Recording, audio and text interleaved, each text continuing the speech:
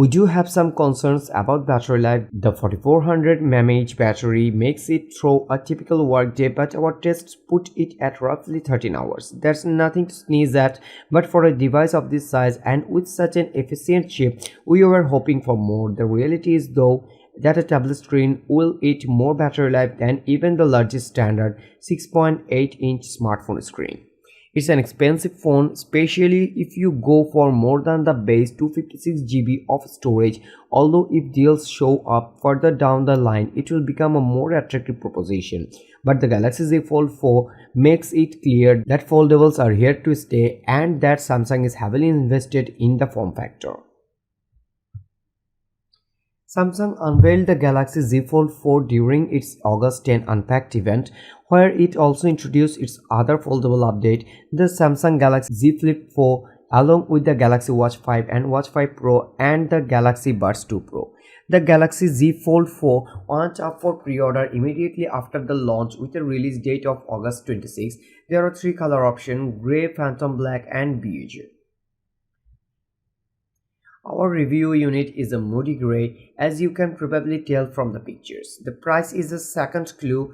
Beyond that foldable design, that the Samsung Galaxy Z Fold 4 isn't like other Android handsets. The starting price of $1,799 puts it out of reach for most smartphone buyers. Even Apple's top-of-the-line iPhone 13 Pro Max starts at a more approachable $1,099, but that phone only has one screen and can't transform into a tablet. There are some extraordinary trade-in deals available, some of which cut the price of the handset by quite a bit. Our advice is don't dismiss the Galaxy Z Fold 4 out of the hand because of the price. First, figure out if it's the right phone for you, then weigh your deal options. The Samsung Galaxy Z Fold 4 is a 7.6-inch dynamic AMOLED display with 2176 x 1812 resolution, where the Z Fold 3 screen was 2208 x 1768 resolution. It's a nominal change that's mostly due to the updated chassis. It also supports an adaptive refresh rate of 1 to 120 Hz. The low end of the range is useful for saving battery life by not refreshing the screen when it's not needed, while the high end means smoother gameplay and video action. The defining feature of this screen is of course that it folds, and Samsung has done some re-engineering here. Under the strengthened ultra-thin flexible glass, Samsung has removed a metal plate which helps to make the phone thinner and lighter, and replaced it with a strong mesh. That's not stuff. What you can see and feel though is the crease. It shows up when the screen is dark, and if you run your finger across the screen you will feel it too.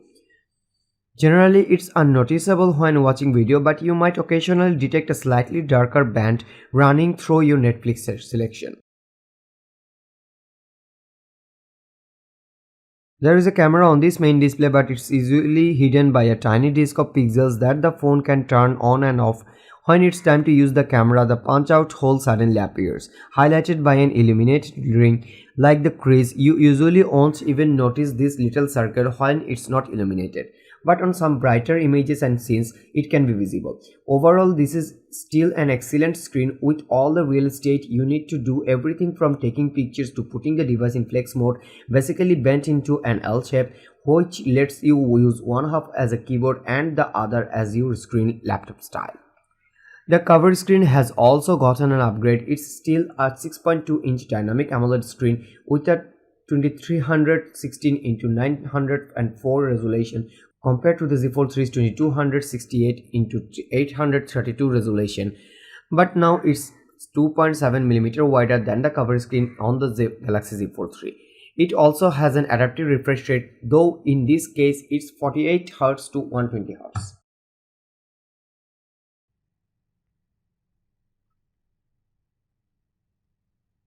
That's all for today. Thank you for watching. If you like the video, feel free to share it with your friends and keep watching Best Buy to get your top-notch day-to-day commodities.